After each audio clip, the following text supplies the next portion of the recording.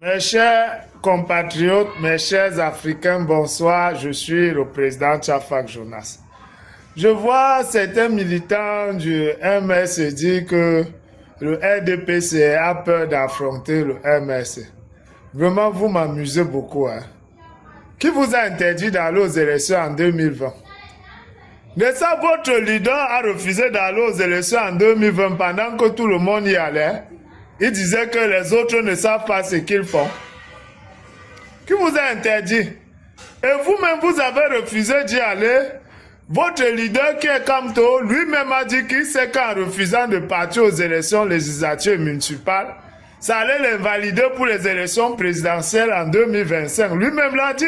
Il y a des vidéos qui circulent sur les réseaux sociaux. Maintenant que ça vous invalide, comme lui-même avait dit, vous dites que le RDPC a peur de vous, comment? Vous étiez en 2018, vous avez fait quoi? Vous avez gagné le RDPC. C'est maintenant que vous êtes devenu impopulaire. Parce que c'est vrai qu'en 2018, vous étiez populaire. Mais en 2025, vous êtes devenu impopulaire, où il y a même une fatwa qui a été lancée contre tous les militants du MSC et son directoire, y compris Kamto, par le vrai peuple. La fatwa a été lancée par le vrai peuple. C'est maintenant que vous dites que le RDPC a peur de vous. Vous pouvez faire quoi? Quand les Ndjamens sont partis, quand les Ndoki sont partis de votre parti, les maillons forts, quand les Paul Eric King et les Penda Koka, tous ces grands leaders emblématiques vous ont lâché. Même Wa Cameroun, qui est un grand activiste, parle contre vous. Même Calibro n'est plus avec vous. Tout le monde vous a lâché. Est-ce que la mobilisation, il y a quelle mobilisation en 2025 derrière Kamto? En 2018, tous les influenceurs en Europe étaient avec Kamto. Kamto est fini. C'est quand quelqu'un est fini qu'on aura peur de lui. Après 2018, les élections de 2018, là, on a vu votre vrai visage. On a vu comment vous avez cotisé l'argent à Mondo Vision pour acheter les armes, pour envoyer ici, pour qu'on s'entretue. On a vu comment vous avez cassé nos ambassades. Les gens ont dit que Dieu nous a sauvés. Si on avait mis ces gens au pouvoir, c'est qu'on n'a que nos yeux pour pleurer. Maintenant, vous dites que Kamto a fait un recours au Conseil constitutionnel, il sera débouté, Kamto n'ira pas aux élections. Parce que le Conseil électoral, quand le Conseil électoral décide qu'un candidat n'est pas éligible pour aller à la présidentielle, ce n'est pas le Conseil constitutionnel qui va dire le contraire. Parce que le Conseil électoral est plus qualifié en la matière que le Conseil constitutionnel. Le Conseil constitutionnel est là rien que pour jouer les arbitres. Le Conseil électoral va apporter les preuves ou le mobile qui les a permis de disqualifier le MS sur la table du Conseil constitutionnel. Et ils vont apprécier. Le Conseil constitutionnel ne peut jamais dédier le Conseil électoral. Parce que le Conseil électoral, à la matière, est plus qualifié que le Conseil constitutionnel. Vous devez savoir ça. Il n'est pas le seul à avoir été éliminé. Non mec erreur a parlé en état d'ivresse. Parce qu'il est bon que tout homme soit vu en état d'ivresse pour qu'on sache ce qu'il est et ce qu'il pense. Il a dit que statutairement, Dieudonné Yekba est le président du Manidem. Parce que Dieudonné Yekba a été exclu du Manidem en violation des textes du Manidem. Il a dit à Mondo Vision, c'est pas moi qui le dis. Il a dit, Anissa Ekan il a dit, et il a dit qu'il a ses amis haut placés. Il a cité le ministre Atanga dit, il a cité Gogo Owona, tout ça. Donc à cette époque, parce qu'à l'époque où on a destitué Dieudonné Yekba supportait comme toi. Peut-être que les gens ne le savent pas. Dieudonné Yekba supportait Kamto. C'est pour ça qu'il avait été destitué de son poste de président du Manidem en violation des textes du Manidem. Et Anissé Ekani l'a dit, il a lui-même cité certains ministres qui sont à sa solde, qui sont ses amis, qui l'ont permis de destituer Dieudonné Yebga de son poste de président. Il a dit. Mais maintenant, la justice sera faite. Le Conseil constitutionnel, le Conseil électoral, n'est pas le ministère de l'administration territoriale. Et ils sont là pour dire la loi. Oui. Ils sont là pour dire la loi. Donc, ne venez pas faire comme si c'est le RDPC ou c'est Paul Biya qui empêchait Kamto d'aller aux élections. Il s'est foutu dans la mer de seul en voulant foutre ses militants, en voulant mettre ses plus proches collaborateurs dans la mer, en les empêchant de briguer des postes à la mairie et au Parlement.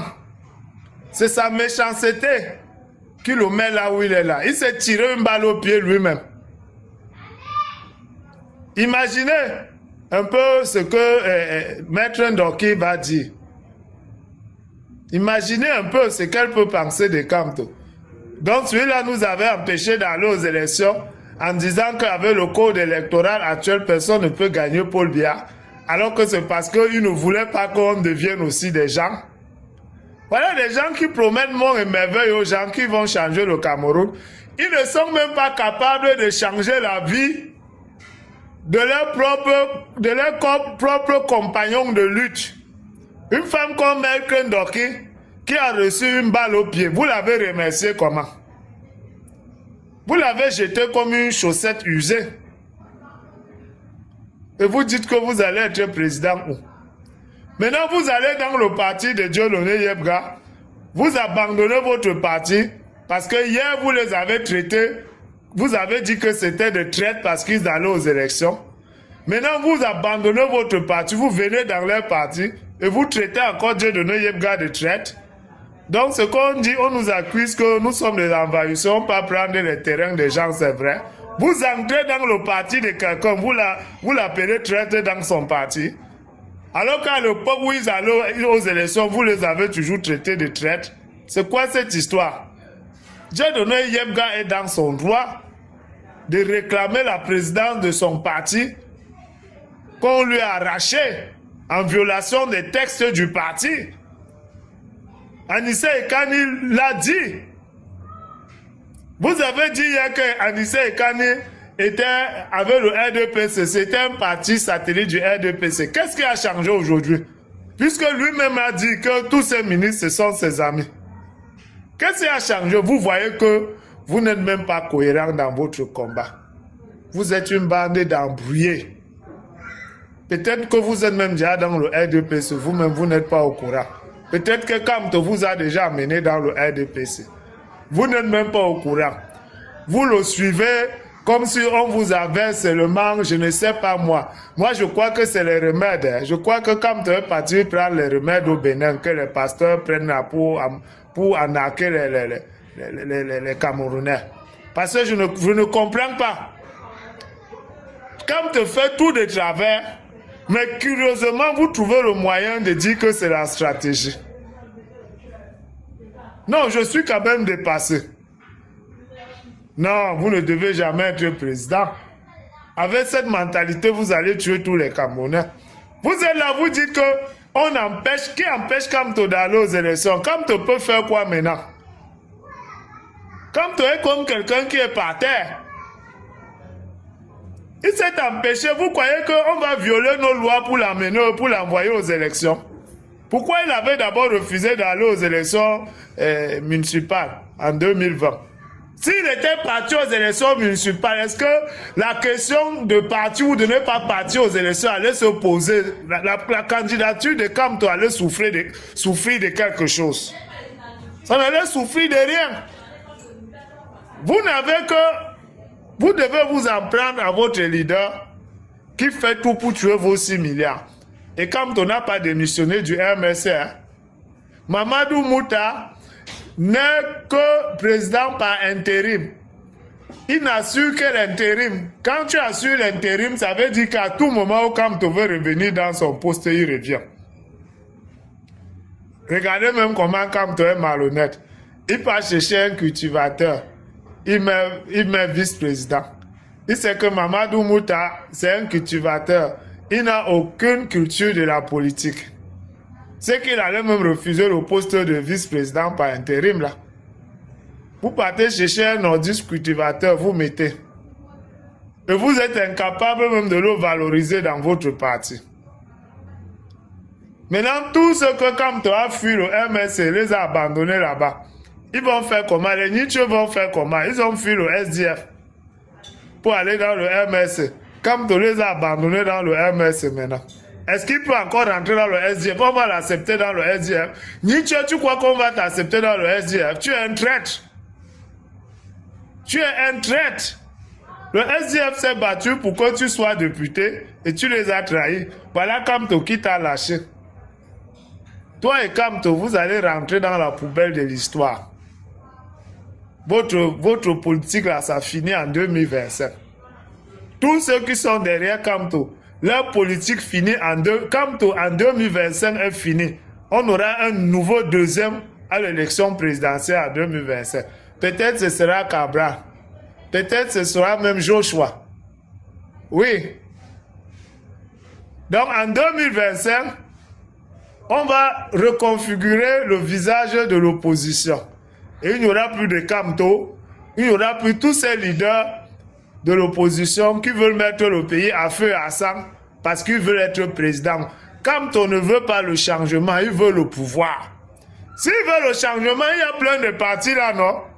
D'ailleurs, comment il a fait avec tous les partis qui existent pour aller entrer seulement dans un parti, le Manidem, que tout le monde soupçonne d'être avec le RDPC. Et il a confirmé ça dans une interview à la télé. Il vient d'abord sous les 300 millions que Kamto lui a donné. Il est en train de manger ça. Son nom mec erreur là me rappelait quelque chose, mais je ne savais pas quoi. C'est quand je l'ai vu sous que je me suis rappelé que Lapiro disait toujours que erreur Fombutuku Nadame Fondos. Donc non mec erreur là, ça veut dire que Kamto était son Butuku, et lui comme c'était lui l'Ondos, il a damé. Mais peut-être aussi Kamto est complice avec lui. Hein. Vous savez, Kamto est très malin pour dribbler vos 6 milliards. Parce que je ne vois pas Kamto, parmi tous les partis politiques qui existent de l'opposition, aller seulement entrer dans le parti d'un soulard comme Anissé et Kani. C'est un ivrogne. Vous dites maintenant qu'il a l'AVC. Quel AVC? Quand il faisait son discours en disant non mais quereur là, est-ce qu'il était sous? Il était normal. Comment une semaine après, il arrive sur un plateau bien peinteux, vous dites que c'est l'AVC. Vraiment, hein? Vous les gens du MS, vous êtes quand même terribles. Hein? Ça, ce n'est même plus la politique que vous êtes en train de faire. C'est devenu comme l'église réveillée. Vous êtes même plus des militants, vous êtes des fidèles d'une église réveillée. Et moi, je crois que si Kamto avait fait dans l'église, même Kangouka est petit. Parce que je crois que les remèdes que les Kangouka ont pris au Bénin pour charmer les militants, pour charmer les fidèles, Kamto a pris le même remède pour charmer ses militants. Parce que ces militants sont comme s'ils sont drogués. La réalité est là. Vous ne voyez pas. Votre leader n'a aucune intelligence politique. L'intelligence est compartimentée. Hein? Il y a l'intelligence financière, l'intelligence politique. Tu vas beau être intellectuel, tu arrives dans un chantier, tu vois un maçon qui n'a même pas le CEP. Mais l'intelligence qu'il développe pour trouver des solutions à des problèmes là, sur son chantier, toi-même tu es surpris. Toi, avec tous tes diplômes, tu ne peux pas développer cette intelligence. En politique, Kamto, c'est un illettré. Kamto n'a aucune intelligence politique. Et c'est ça que vous confondez. Même endroit là, il a quelle intelligence. Kamto a gagné quel procès, on a vu. Kamto a déjà gagné quel procès, on a vu. On l'a chassé en Guinée ici là comme un malpropre. Il a gagné quel procès. Il me parlait du truc du Cameroun où il y avait 200 personnes, c'est Paul Biya qui pilotait ça. Il a gagné quel procès. Kamto c'est un raté dans la vie. C'est un loser. Et le voilà, il n'ira pas aux élections. N'importe quoi.